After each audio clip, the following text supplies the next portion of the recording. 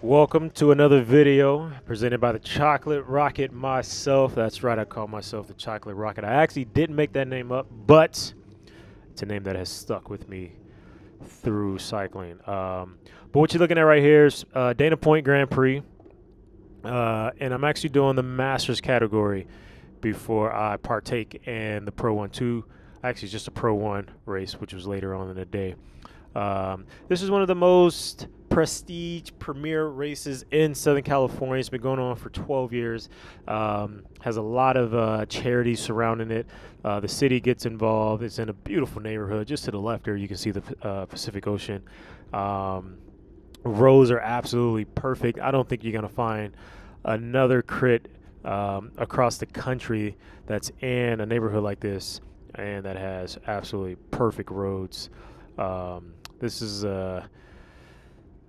our race, and it's going to be a good one because Monster Media stacked the field as they should. They have, I don't know, I mean, they had actually, could have been 10, where my team methods to winning field, I think 7. We knew from the start we were going to have our hands full. 10 riders or not, they're one of the better teams in the Masters category, probably in this country. A lot of riders within their group have been winning races for a very long time, and you can't take what they do for granted. So already on the first lap, 30 miles an hour through the start finish, and believe it or not, at about 70 meters from the finish line, the road goes up, and doesn't feel like much early on in the race, but later on you definitely start to feel it. One other thing that happened that was an element you had to deal with was the wind. It was very windy. Right here is between 1 and 2, actually where the old finish line used to be, was windy, cross headwind, and then when you turn here, it was a full-on headwind. If you just look at the left-hand side of the screen, you can see watts go from like 300 to 600, just because we're pushing hard. So I knew early on that it was going to be tough for a break to get away, but you can never put your guard down because the field was stacked. I mean, you can look up the road. We're absolutely strung out right now. First few laps just averaging over 30 miles an hour. And the reason I started at the back, I had a crappy week of training, man. I mean, I rode my bike. I felt crappy. So I told my teammates that in our team meeting. I told them I was just going to hang out in the back and try to warm up these old bones. And I'll tell you, I'm not making excuses, but it stems from the week before, where I came off of a good block of training, and then the following week after the Visalia Sequoia Classic, I didn't ride my bike at all. I just worked a lot. We had a Zwift event that required a lot of my time, and I wasn't able to ride my bike. So the following week, this week, you know, my body was like, dude, you gave me a week's rest. Now you want to go train hard again. So I was really hoping that today I would, my legs will come around for the team. So at this part of the race, still pretty early on, I decided that I need to go to the front to help my teammates. I started the race, so that means I have to contribute. I just can't sit around. So I use my momentum to work my way around the field. We're not going extremely fast. This little section is a downhill, so you see we're going 34, 35 miles an hour. And then the group is starting to slow up, so I just use the left side of the field to move up, and the group is bunching up right now, so I know that I'll make it to the front pretty soon.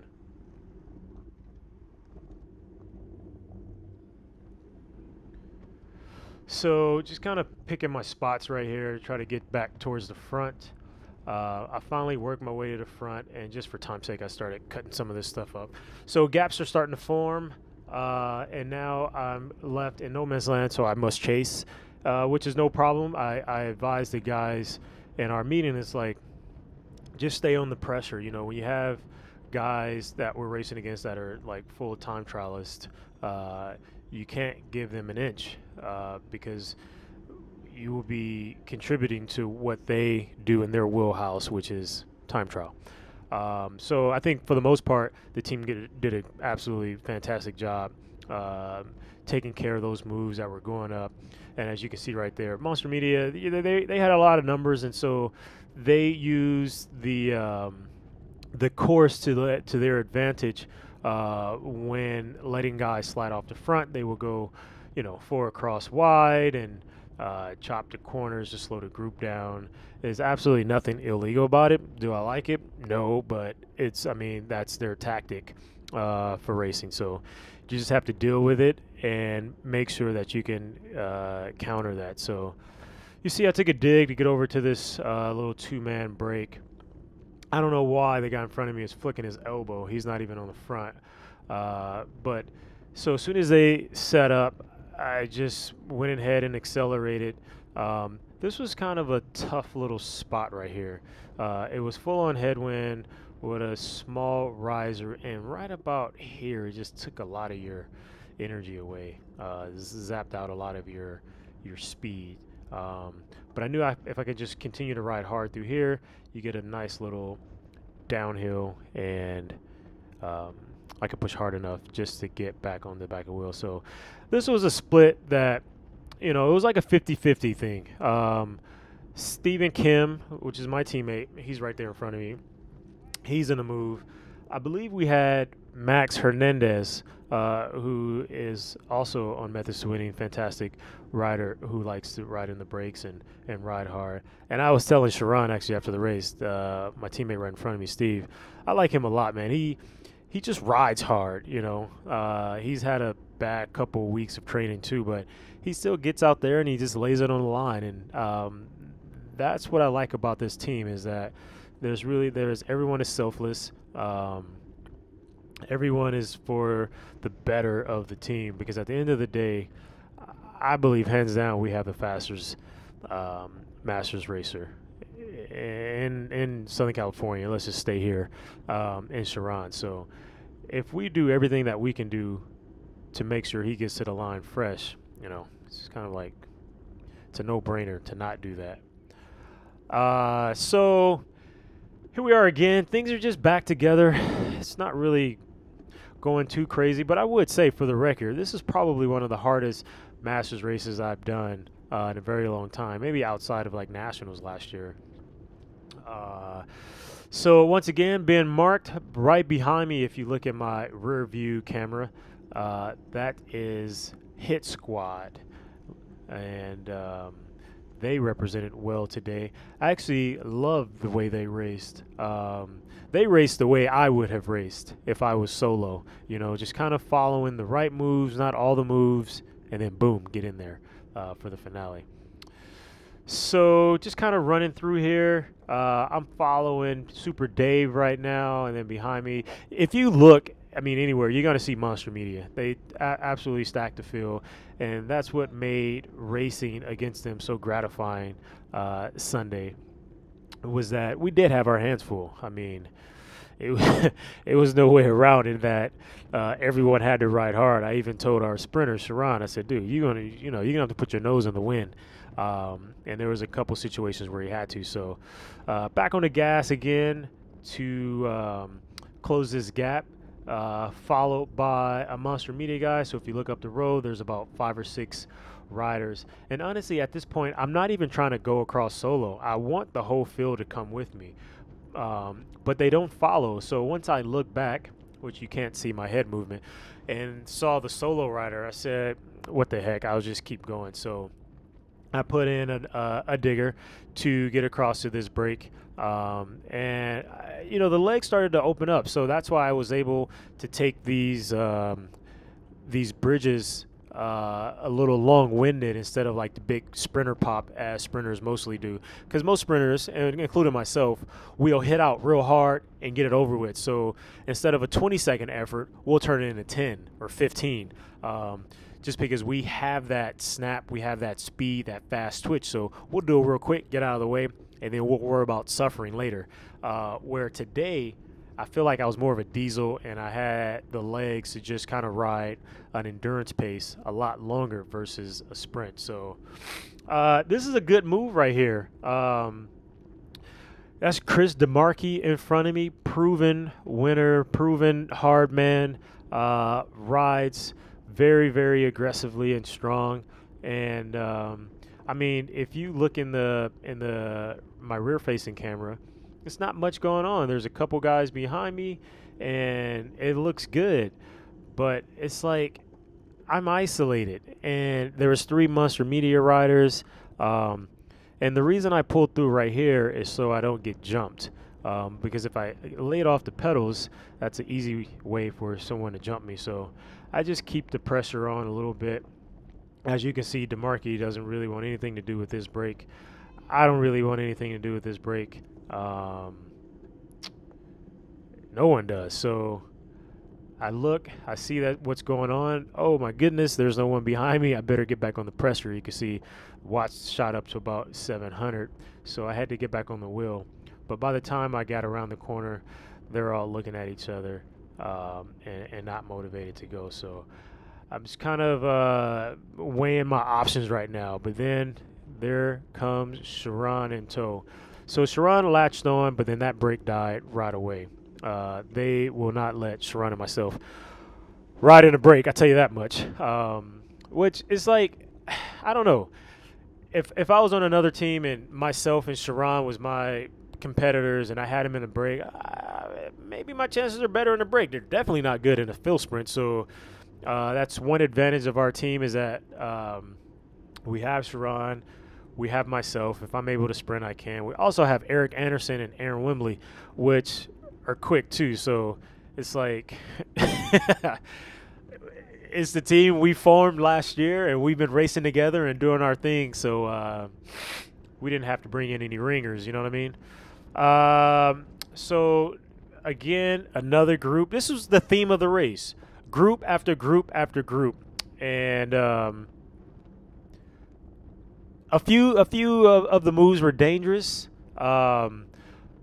But in our team meeting, I told them exactly what we needed to do. And for the most part, I would say we did, if I had to do a percentage, I would say we did about 85% of everything right.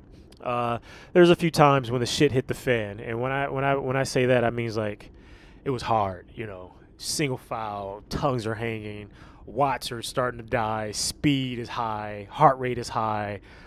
And those are the times where I personally like to come through.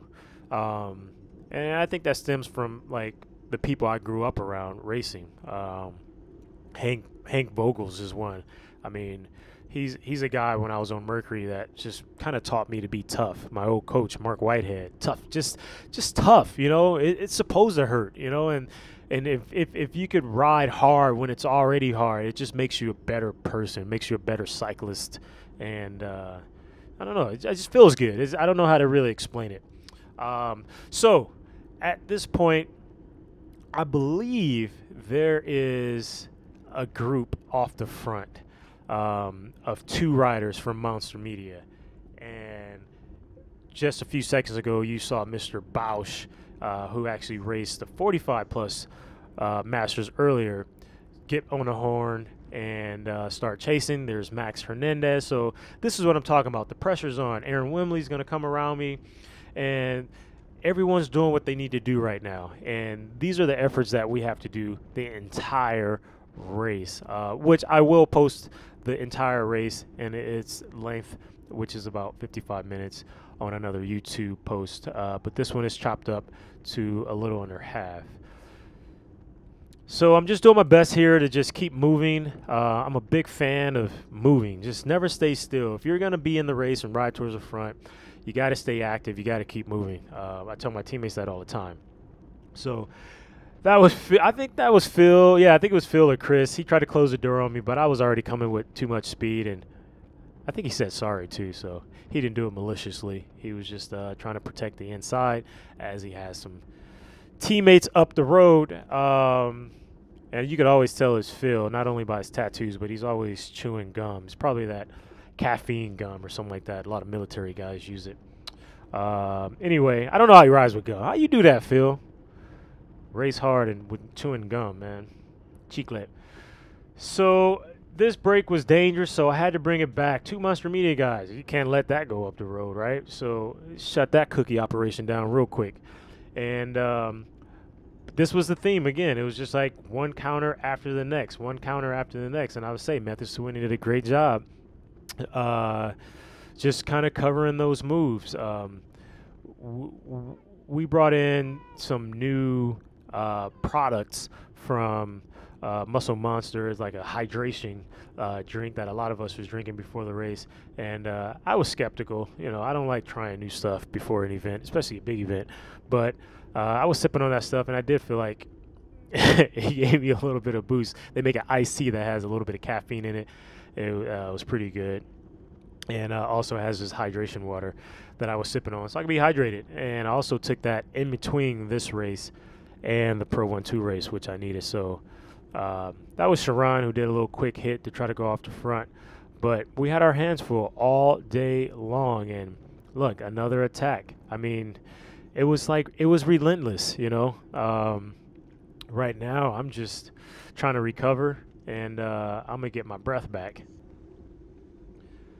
So we are getting down to the last 8 minutes of this race. That's Max to my right. That's Steve Kim right in front of me. And right now there's two riders. There are two riders off the front, and the field is not that motivated to chase them down. And I have to be honest, at this point I was getting pretty tired. I didn't do a good job preparing myself the morning of this race. I didn't eat a good breakfast. I was up early. I just couldn't eat. I had coffee, you know, but I couldn't really get anything down. I was too busy hosting my daughter and her friends for her birthday sleepover. But, you know, no excuse. So it's just like ride tempo, get back on the front here. I wasn't really concerned, honestly, about these guys. We're getting down to, I think we're maybe like 9 laps to go or something like that. So I really wanted to stop all the attacking. So I just rode a nice, easy tempo here, just to keep the field intact and to make sure no one attacks anymore. So I believe, if I'm correct, I just slowly brought these guys back. You see 28 miles an hour. I mean, through this section, you can easily, very easily do like 33. So this was a very methodical effort to keep everything tame. And it worked out. It worked out for a little while. And then we'll see what happens next. So I'm yelling at Steve right now to go. This actually is the situation where the two riders are off the front. They're so far ahead, you cannot see them right now. So Steve did a great job. Honestly, I was telling him after the race, this pool right here really set me up to take a full lap dig. So, like I always tell my teammates, don't ever think your contribution doesn't help the good, you know. So if you're taxed out and you can only pull for 5 seconds, that's better than you not pulling at all. So as you can see, we already created a gap, but that gap will not last long. The rest of the field will come to my wheel, or actually the Monster Media guy behind me. So we'll all be one, and there's two guys off the front. And this was the defining moment, honestly, in the race. You could barely see those guys up there. They're crossing the start finish. They had about a 10-second gap, and it is, I think it's 6 laps to go. No, 4 laps to go.